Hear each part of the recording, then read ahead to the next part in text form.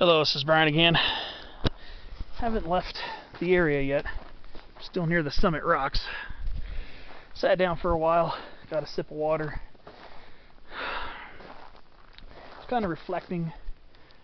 This is the fourth time I've been up here on Waterman. Fourth time.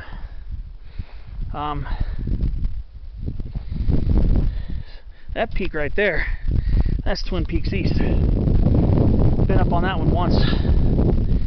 That was a gnarly long day. So I climbed up the Waterman Trail, came up here to Waterman, then went back to the Waterman Trail, went down to Twin Peaks Saddle, took the East Trail to just west of it, went up to the top of Twin Peaks East, then went to Twin Peaks West, which is kind of hidden behind the trees. Now that is a tedious hike. I believe I might have footage of it on another computer. Might have some footage of it.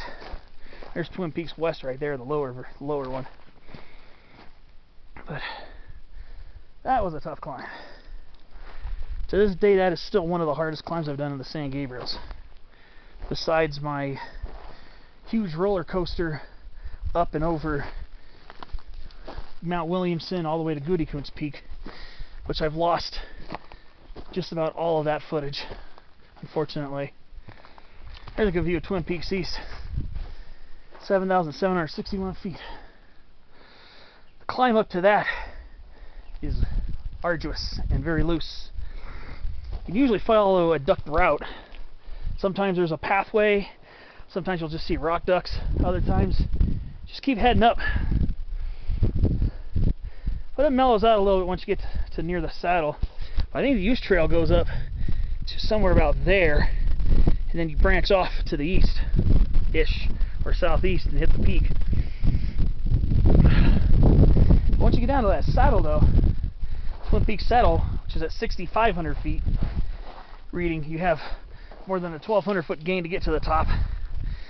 You have some meadow areas, some beautiful incense cedar groves in the area.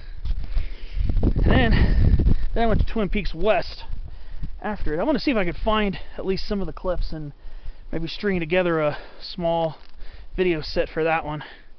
Getting to Twin Peaks West for me, after all that arduous climbing, felt like, I wouldn't say a cakewalk, but felt a lot easier because I'd already done most of the gain getting up to Twin Peaks East. But Twin Peaks West, you go down to this kind of low saddle here, and then you kind of just follow your way along the ridge. There's a little rock scrambling at the end of getting to Twin Peaks West, but I don't remember being anything insane. I remember easily being able to get to the summit register. That was a tough hike. And then, of course, you got to go back down to Twin Peaks Saddle, and you got to climb up the east shoulder of Waterman again. So there's no real easy way without a lot of arduous climbing to and from to do Twin Peaks. Twin Peaks East is an HPS peak, it's a 100 peak section. Twin Peaks West is not an HPS peak. It might not qualify because of its low prominence above the low point of the ridge, I guess. I mean, that's not always a tried and true criteria for the Sierra Club, but Twin Peaks West, you get even more of a remote feeling up there. And you have a pretty good chance of seeing bighorn sheep if you hike it, because when I did, and I have kind of faint footage of it, I was hiking down towards Twin Peaks Saddle, ended up seeing a group of sheep. A few minutes later, a group of deer. And on the way back, when I was leaving Twin Peaks West, heading towards the saddle area to start scrambling down the mountain, I ended up seeing a Southern Pacific rattlesnake. So that was a lot of wildlife that day. Some beautiful groves of incense cedar down there along the canyon between the Twin Peaks Ridge and Waterman's Ridge. So there's a lot of beautiful rugged scenery out there, and it's quite fine country. Like I said, if I could find if I could find enough of that footage, I could string together a video set. That was, oh boy, that was almost 3 years ago. It was August 22nd, 2017 when I did that one.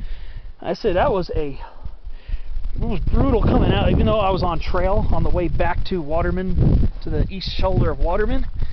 That 1,200 foot climb on the way back was on trail, but it was brutal.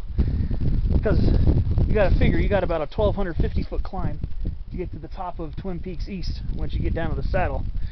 And it's loose, and it's steep. I figured I'd just point it out. I mean, I had been over there once, and I said I might be able to dig up some footage of it. It might actually be on another computer that I don't use very often because I rarely have access to it because I live at home and my family uses that as a TV entertainment center, and they're using the TV pretty much the whole day. So either have to do it in the middle of the night when everybody's asleep, or when they dip out for the day. And I do live at home. My father works from home, and my mother she stays at home, and she's not working right now. So, you know, they do spend quite a bit of time using the television and sometimes the computer. So, but a lot of that footage I uploaded earlier this week from 2018 was from that computer. So, one day I did manage to get through some stuff I've been wanting to upload for a while. I also have a huge video set from last time I did Santiago and Majestica Peaks. Did them both on the same day in January 2018.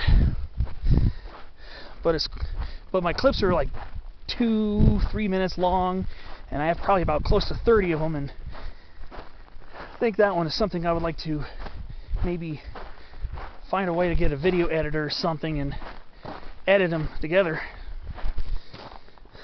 so I don't have to make a 30 video set, which would probably be kind of tedious for, well, not only tedious for me, but tedious for people who are interested in watching my hiking adventures, because I do have some outstanding footage.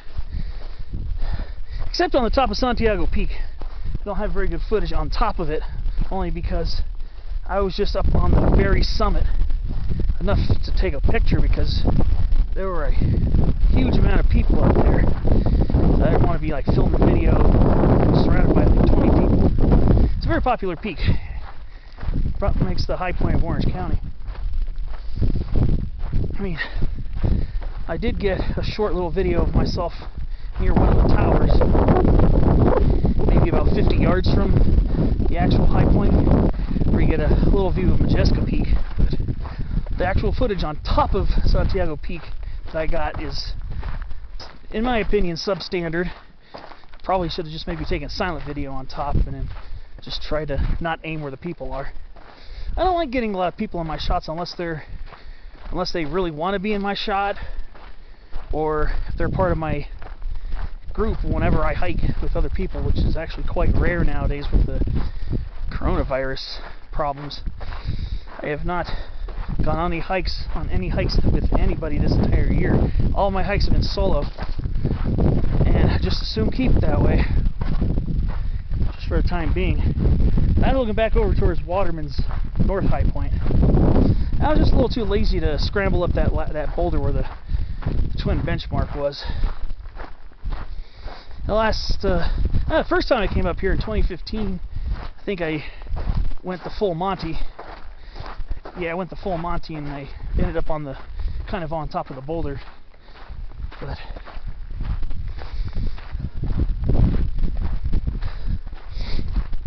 it's whatever, I guess. I'm just kind of warmed up a little bit up here, a little bit more. So I think I'm going to start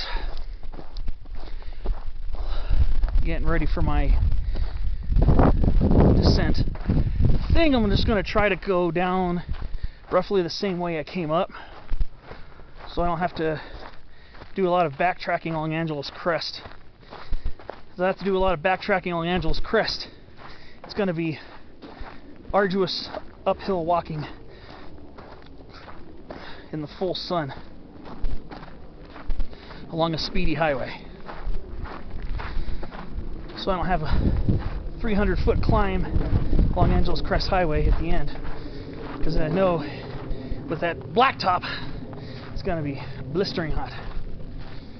But once you get to this Summit Plateau area, it's kind of a U shape if you're looking at it from west to east. It's a U shape, or a horseshoe shape roughly. There's a little valley that kind of goes down here and then comes back up towards the ridge, and then it kind of gently slopes its way down. I believe the little canyon might meet up with the Waterman Trail, so that could be a partial cross-country hike for another time. So like when I go up these mountain peaks that I hike, sometimes I'll go up to the same peak time after time. However, I like to vary it up a little bit. I like to take different approaches. This time I did a cross-country scramble up a gully right from Cloudburst Summit. Last time I came all the way from the exit road from Buckhorn Campground. The second time is when I did Waterman, or the traditional Waterman Trail, and then that's the day I did Twin Peaks East. That was in 2017. And in 2015, it's my first time up here. Early September 2015 is when I just did the regular Waterman hike from the Angeles Crest Highway, where the Waterman Trail and Waterman Ski Road, service road, kind of meet, and you just branch off and take the trail up. It's my first time. So I've been up Waterman Mountain from a few different ways, from different trailheads or starting points. Today, for the most part, I was not on a trail. But right now I'm just kind of enjoying the relatively level aspect before I got to start down climbing that gully again. Well, I'm probably going to do something similar to what I did on the way up. Go down the ridge a ways, and then maybe once that starts getting too loose, then just dip into the nearby gully. Try to follow roughly the same route on the way out today. But once I get over some of these mounds here, it'll be 99% downhill with a quick little short 30-foot climb up the PCT at the very end. I believe I will do at least one more video clip before the end of this day.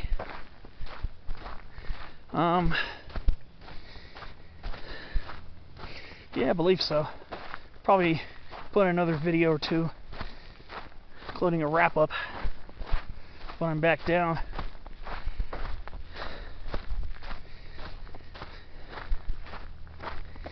But back to that Twin Peaks hike. If you're going to do Waterman and Twin Peaks in the same hike, you might want to do Waterman first. It's more gradual, it'll help you warm up, and you won't have to climb all the way to 8,000 feet after being at 6,500 feet at Twin Peaks Saddle on the way back. That's the way I did it. Waterman, then Twin East and Twin West. A lot of people do it.